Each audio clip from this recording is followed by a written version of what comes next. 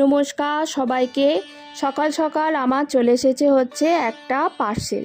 তো ভাবলাম পার্সেলটা আপনাদের সামনেই খুলি, আপনারাও দেখুন আমার এই এত বড় পার্সেলের মধ্যে কি আছে। তো এরা এমন করে বেঁধেছে আমি ব্লেডে করে কেটেও কুল কিনারা করতে পারছি না।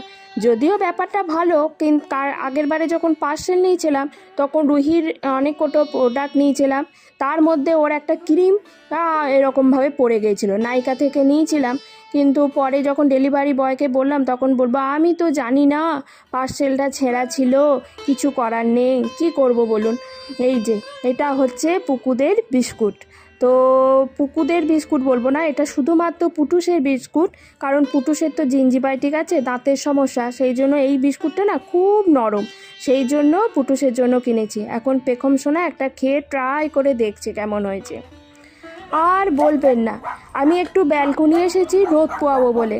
রোদের তো খুব অভাব, মাঝে মাঝেই কীরকম কুয়াশা হয়ে যাচ্ছে, তার এখন রোদ উঠেছে, ভাবলাম একটু ব্যালকনিতে বসি। আর এরা কী শুরু করেছে একবার দেখুন, আমি যেখানে থাকবো এই চারজনাও কিন্তু ঠিক সেখানেই থাকবে।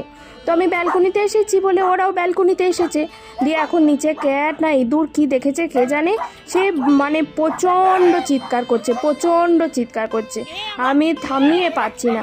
আর পেখম তো আবার চিৎকার করে না, ও উঠে পড়ে হচ্ছে গাছে, এই করে যে ও কত গাছ ভেঙেছে তার কোনো হিসাব নেই। পুকু কিন্তু একটুও চিৎকার করে নাই, আমি বারণ করেছি, পুকু কথা শোনে। আর এই যে পুটুস আর পুলুটো সমানে চিৎকার করে যাচ্ছে। আচ্ছা পাশেও তো বাড়ি আছে, তাদেরও তো অসুবিধা হতে পারে বলুন, কে বোঝায় কার কথা। আর বলেন না, দুপুরে একটু ঘুমিয়েছি, রুহি কখন জেগে উঠেছিল, আর একটা হাতের কাছে লাল স্কেচ পেন পেয়েছে, সেইটাকে দিয়ে লিপস্টিক লাগিয়েছে। বলুন দেখিনি, আমি বুঝিয়ে পারি না যে ওরে হাতে পায়ে ওই স্কেচ পেনের দাগগুলো দিস না, খাওয়ার সময় তো ওগুলো পেটে চলে যায়, সেটা পেটে যন্ত্রণা হয়।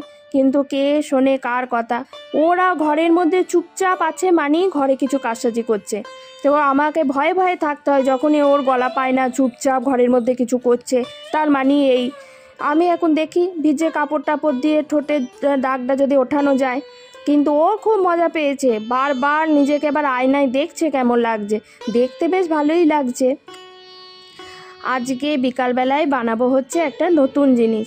এটা হচ্ছে বাজার থেকে, আমি ব্লিঙ্কিট থেকে কিনেছিলাম হচ্ছে জিলাপির মিশ্রণ।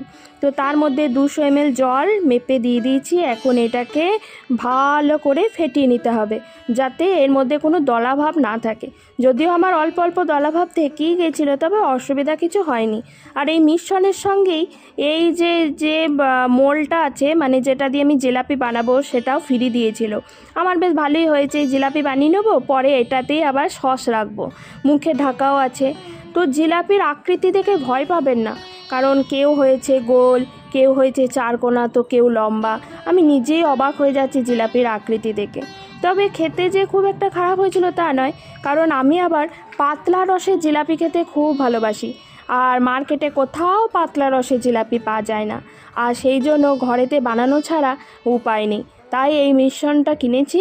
তবে বানিয়ে দেখছি, এখন যে খুব যে একটা শেপ খারাপ হচ্ছে তা নয়, দেখুন খুব যে একটা শেপ খারাপ হয়েছে তা বলা যায় না, তবে যে ভালো হয়েছে সেটাও বলা যায় না। তবে খেয়ে দেখি এখন কেমন হয়েছে। না, খেয়ে কিন্তু দারুণ হয়েছে, মানে আমি যেরকম চাই পাতলা রসের ঠিক সেরকম।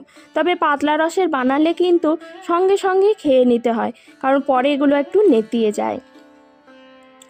আর বলেন না, রাত্রেবেলায় রুহির বাবা এসেছে মশারি টাঙাতে, নিত্যদিনের একই কাহিনী।